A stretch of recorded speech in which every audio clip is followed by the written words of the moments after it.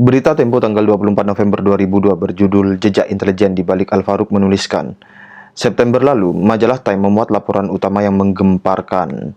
Umar Al-Faruq mengaku kepada interogator Dinas Rahasia Amerika CIA bahwa ia adalah pejabat Al-Qaeda di Asia Tenggara yang beroperasi di Indonesia. Menurut dokumen CIA, Faruq mengaku terlibat dalam kasus bom Natal 2000 dan berencana membunuh Presiden Megawati Soekarno Putri atas perintah Abu Bakar Ba'asyir, Ketua Majelis Mujahidin Indonesia. Banyak misteri dalam pengakuannya itu. Dari beberapa pertanyaan investigatif yang diajukan oleh Tempo pada beritanya itu, satu pertanyaan yang memikat perhatian saya adalah siapa sebenarnya Al-Faruq? Dari situ kita akan memulai. Pada artikel lain dituliskan, sebuah dokumen rahasia melayang ke meja redaksi majalah Time. Isinya menarik. Al-Qaeda 2 kali ingin membunuh Presiden Megawati Soekarno Putri melalui tangan Umar Al-Faruq alias Mahmud bin Ahmad Assegaf. Itu adalah pembukaan artikel liputan6.com bertanggal 23 September 2002 berjudul CIA dan Harga Nyawa Mega. Mungkin sebagian Anda belum ngeh dengan apa maksud saya. Saya ulangi lagi. Al-Qaeda 2 kali ingin membunuh Presiden Megawati Soekarno Putri melalui tangan Umar Al-Faruq alias Mahmud bin Ahmad Assegaf. Perhatikan nama bin Ahmad Assegaf. Apakah sekarang Anda mulai ngeh dengan nama Assegaf yang disebutkan pada artikel tersebut? Ya, Assegaf. Assegaf itu marga dari mana? Dari klan Habib Alwi, imigran Yaman, cucu Yuya, dukun Fir'aun. Jadi, dokumen rahasia yang berada di meja redaksi majalah Time pada tahun 2002 yang berisi percobaan pembunuhan Al-Qaeda kepada Presiden Megawati, disebutkan pelakunya adalah Habib bermarga Assegaf, yaitu Mahmud bin Ahmad Assegaf alias Umar Al-Faruq. Meski informasi dugaan rencana pembunuhan Al-Qaeda kepada Presiden Megawati tidak dapat dipastikan kebenarannya, karena memang begitu, sebagaimana paragraf akhir artikel tersebut yaitu, bagaimanapun, setiap kerja intelijen memang menyimpan tanda tanya yang sulit terjawab. Namun, yang menarik untuk kita kaji adalah benarkah Umar Al-Faruq bernama Mahmud bin Ahmad Assegaf dan oleh karenanya ia seorang Habib Alwi? Dan siapakah dia dan apa hubungannya dengan Al-Qaeda dan ngapain dia di Indonesia? Pada artikel liputan6.com bertanggal 28 September 2006 berjudul Pemerintah Menolak Jenazah Al-Faruq, disebutkan bahwa Syamsir Siregar, kepala BIN, menjelaskan Umar Al-Faruq adalah pria bernama Mahmud bin Ahmad Assegaf. Dari pernyataan kepala BIN saat itu, yaitu Syamsir Siregar, maka terkonfirmasi benar Umar Al-Faruq bernama Mahmud bin Ahmad Assegaf. Dan oleh karenanya, ia adalah seorang Habib Ba'alwi bermarga Assegaf. Mahmud bin Ahmad Assegaf ini disebut-sebut sebagai pemimpin jaringan teroris Al-Qaeda di Asia Tenggara. Habib Assegaf ini kelahiran Kuwait. Disebut-sebut juga sebagai wakil pemimpin Al-Qaeda Usamah bin Laden. Dia ditangkap di Bogor 5 Juni 2002 oleh aparat intelijen Indonesia, kemudian dia diserahkan ke Amerika Serikat. Pada artikel lain dari Islam.com bertanggal 25 April 2012 yang berjudul Sang Penyusup dalam Gerakan Islam, nama Umar Al-Faruq juga disebut dengan nama Mahmud bin Ahmad Assegaf. Berikut ini kutipannya. Salah satu hal menonjol dari sosok Abdul ini adalah ketika ia dikabarkan ikut terlibat di dalam proses penangkapan Omar Al-Faruq alias Mahmud bin Ahmad Assegaf di Masjid Raya Bogor pada tanggal 5 Juni 2002. Dalam artikel tersebut juga dituliskan, Al-Faruq selama ini dikenal sebagai wakil senior Al-Qaeda di Asia Tenggara dengan tugas merencanakan sejumlah serangan terhadap kepentingan Amerika Serikat di Indonesia, Malaysia, Filipina, Singapura, Thailand, Vietnam, dan Kamboja. Hal ini terungkap berdasarkan wawancara antara dirinya dengan majalah Time pada September 2002, beberapa bulan setelah ia ditangkap di Bogor. Namun menurut Manulang, mantan Direktur Badan Koordinasi Intelijen Nasional, sebagaimana dikutip Tempo Newsroom 19 September 2002, Al-Faruq adalah agen binaan Badan Intelijen Amerika Serikat, CIA, yang ditugaskan menyusup dan merekrut agen lokal melalui kelompok-kelompok Islam radikal. Kabar terakhir mewartakan bahwa Al-Faruq tewas ditembak tentara Inggris di Irak pada 25 September 2006. Nama Mahmud bin Ahmad Assegaf juga disebutkan sendiri oleh istrinya pada artikel fifa.co.id berjudul "Berat rasanya disebut sebagai istri teroris" bertanggal 29 Juli 2009.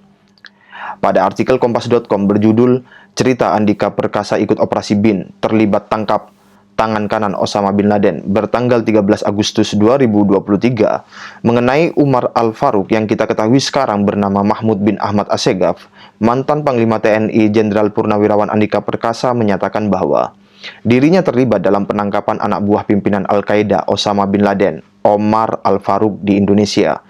Diketahui, Omar Al-Faruq juga merupakan otak di balik pengeboman Menara Kembar World Trade Center WTC pada 11 September 2001 silam. Andika saat itu masih menjadi prajurit di Komando Pasukan Khusus Kopassus TNI. Kontroversi muncul lantaran penangkapan Omar Al-Faruq juga melibatkan Kopassus, padahal itu adalah operasi Badan Intelijen Negara (BIN). Pengakuan itu diungkapkan Andika dalam program Gaspol seperti disiarkan di kanal YouTube Kompas.com, Sabtu 12 Agustus 2023. "Ya, itu benar dan itu adalah sebuah operasi," ujar Andika Perkasa. Andika menjelaskan, saat itu BIN mendeteksi jaringan Al-Qaeda sudah masuk ke Indonesia. Untuk mencari buktinya dibentuk tim kecil. Kemudian operasi tersebut berada di bawah kendali BIN. Menurut Andika, dari operasi tersebut dibentuk tim kecil yang melibatkan Kopassus. Kebetulan saya waktu itu di Kopassus, kemudian operasi di bawah kendali Badan Intelijen Negara yang sampai sekarang juga masih terus dilakukan. "Iya, sinergitas," katanya. Dalam penyelidikan secara tertutup tersebut, ditemukan fakta bahwa Omar Al-Faruq memang benar terlibat. Keterlibatannya persisnya apa, saya lupa, tetapi terlibat dalam salah satu plot, merupakan jaringan. Mereka ini kan juga bukan orang Indonesia. Mereka ini orang dari Timur Tengah semua ini, sehingga akhirnya kita tangkap, kemudian dideportasi, ujar Andika. Terkait kenapa Omar Al-Faruq tinggal di Bogor ketika ditangkap, Andika mengaku tidak tahu alasannya. Lagi pula, bisa saja Omar Al-Faruq dan kawan-kawan sedang merencanakan sesuatu berskala dunia, sehingga mereka punya jaringan di seluruh dunia, termasuk Indonesia. Kita nggak terlalu tahu, yang penting bagian Omar Al-Faruq ini memang ada keterkaitannya secara langsung, katanya. Pada artikel inews.id berjudul "Ternyata Jenderal TNI Andika Perkasa yang menangkap gembong teroris Al-Qaeda Umar Faruq di Bogor" bertanggal 14 Desember 2021 dituliskan, "Sejumlah aksi teror di Indonesia didalangi oleh tokoh sentral bernama Mahmud Muhammad Ahmad alias Omar Al-Faruq alias Umar Faruq, orang kepercayaan Osama bin Laden, pentolan Al-Qaeda. Umar Faruq yang terkoneksi langsung dengan Al-Qaeda dan Jamaah Islamiyah Asia Tenggara pernah terlibat dalam rencana pembunuhan seorang jenderal Kopassus. Jadi, selain diduga akan membunuh Presiden Megawati, dilaporkan pula Habib Assegaf ini terlibat dalam rencana pembunuhan seorang jenderal Kopassus." Pada artikel yang sama, sepak terjang Umar Faruq atau Mahmud bin Ahmad Assegaf direkam oleh Ken Conboy dalam buku Intel, Menguak Tabir Dunia Intelijen di Indonesia. Dalam pada itu, di artikel inilah kita mengetahui Jenderal Kopassus yang hendak dibunuh oleh Habib Mahmud bin Ahmad Assegaf ini adalah mantan Panglima ABRI Jenderal TNI Purnawirawan Leonardus Benyamin Mordani atau Benny Mordani. Selain Jenderal Benny Mordani, sejumlah orang lain juga masuk daftar eksekusi. Habib Mahmud bin Ahmad Assegaf juga hendak mengebom Kedutaan Besar Amerika Serikat di Jakarta.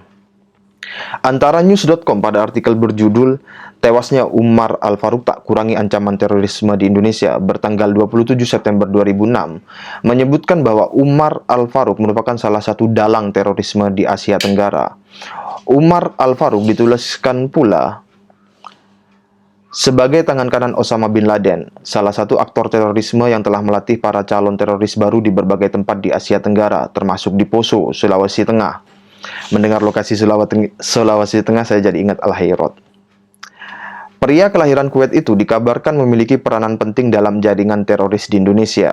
Tidak itu saja, Umar juga pernah menyanyi di penjara bahwa Abu Bakar Ba'asyir merupakan pemimpin Jemaah Islamiyah. Umar pun disebut-sebut memiliki hubungan dengan aktivitas Front Pembebasan Islam Moro (MILF) dan sempat digembleng di kamp latihan Al-Qaeda di Haldan, Afghanistan. Pada jurnal Wali Songo, Jurnal Penelitian Sosial Keagamaan, volume 27 nomor 2 tahun 2019 berjudul Reviewing Al-Qaeda's Infiltration in Indonesia, A Historical Reflection. Nama Umar Al-Faruq juga saya jumpai. Pada jurnal itu dituliskan pada halaman 417, informasi Umar Al-Faruq, seorang pria yang ditangkap di Jawa Barat pada Juni 2002 yang diterbitkan di majalah Time, membuktikan bahwa ada rencana oleh kelompok Al-Qaeda untuk membunuh Presiden Megawati. Dikutip dari Tran 2002. Pada Jurnal Studi Sosial dan Politik volume 3 nomor 2 Desember 2019 berjudul Al-Qaeda's New Orientation After the Death of Osama bin Laden, nama Umar Al-Faruq juga disebut dengan kalimat berikut. Informasi Umar Al-Faruq, seorang pria yang ditangkap di Jawa Barat pada Juni 2002, memang merupakan bukti bahwa ada rencana oleh kelompok Al-Qaeda untuk membunuh Presiden Megawati. Halaman 138. Perdana Menteri Singapura Lee Kuan Yew jauh sebelum bom Bali telah menuduh Bashir sebagai tokoh teroris Muslim dan sebagai pemimpin Jamaah Islamiyah. Pada bulan Mei 2002, Lee juga menyebutkan keberadaan tentara Al-Qaeda yang sedang tidur di Indonesia. Tuduhan ini semakin diperkuat oleh berita di majalah Time 17 Desember 2002 dengan mengutip CIA yang mengklaim bahwa Umar Al-Faruq mengklaim bahwa Al-Qaeda telah 2 kali mencoba membunuh Presiden Megawati Soekarno Putri. Dikutip dari Syukur 2012, ini ada di halaman 139 pada jurnal tersebut. Sebagai informasi tambahan, katakan saja sebagai catatan pinggir, pada jurnal tersebut disampaikan pula, memang setelah berbulan-bulan pemerintah bersikeras bahwa Al-Qaeda tidak beroperasi di Indonesia, akhirnya pemerintah mendukung pernyataan publik pada bulan Desember di mana Dinas Intelijen mengakui keberadaan kamp pelatihan Al-Qaeda di Indonesia. Menteri Luar Negeri Hasan Wirayuda pernah membantah memiliki bukti bahwa organisasi Muslim lokal memiliki hubungan dengan jaringan teroris internasional. Namun 1 bulan kemudian, Indonesia menandatangani perjanjian dengan Australia untuk memerangi terorisme internasional. Sampai pengeboman Bali 2002, pejabat Indonesia seperti Wakil Presiden Hamzah Has mulai mempercayai sinyal tersebut.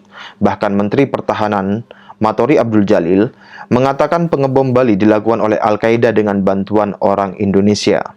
Abdul Rahman Wahid dengan berani menyebutkan bahwa Abu Bakar Ba'asyir, Majelis Mujahidin Indonesia, Habib Rizik Syihab, Front Pembela Islam, dan Ja'far Umar Thalib, Laskar Jihad, sebagai teroris lokal karena mereka selalu menggunakan kekerasan dan membawa senjata kemana-mana. Liputan6.com 1 Oktober 2002. Abu Bakar Ba'asyir dan Ja'far Umar Thalib memiliki hubungan dengan Al-Qaeda, tetapi Ba'asyir lebih dekat daripada Thalib. Ba'asyir diduga adalah pemimpin Jamaah Islamiyah (JI) sebagai salah satu hubungan Al-Qaeda. Halaman 138. Untuk diketahui dan diperhatikan bersama, ketiga tokoh yang disebut oleh Gus Dur sebagai sosok-sosok teroris lokal semuanya adalah Hadrami Yaman. Ketika kita satukan puzzle-nya dengan informasi bahwa Umar Al-Faruq adalah Habib bermarga Assegaf yang disebut sebagai tangan kanan Osama bin Laden dan beroperasi di Asia Tenggara, khususnya Indonesia, maka terlihat benang merahnya bahwa gembong-gembong teroris di Indonesia adalah Hadrami Connection atau Yaman Connection. Oleh karena itu, pada video dan atau tulisan sebelumnya, saya singgung dengan frase Hadrami Connection, baik di Indonesia Barat, Tengah, maupun Timur pada kontinuitas operasi Ba'alwisasi Yamanisasi oleh klan Habib Ba'alwi yang terungkap pada 2-3 tahun terakhir ini. Petanya sudah kami sampaikan. Tentu saja perbincangan ini mungkin masih bisa panjang. Dengan tulisan ini, dengan video ini, saya harap mampu memancing curiosity Anda untuk menelusuri lebih jauh dan mengumpulkan puzzle-nya secara mandiri, lalu memahami konstruksi apa yang terjadi, otentik dari pencarian dan penemuanmu sendiri. Terima kasih. Assalamualaikum warahmatullahi wabarakatuh.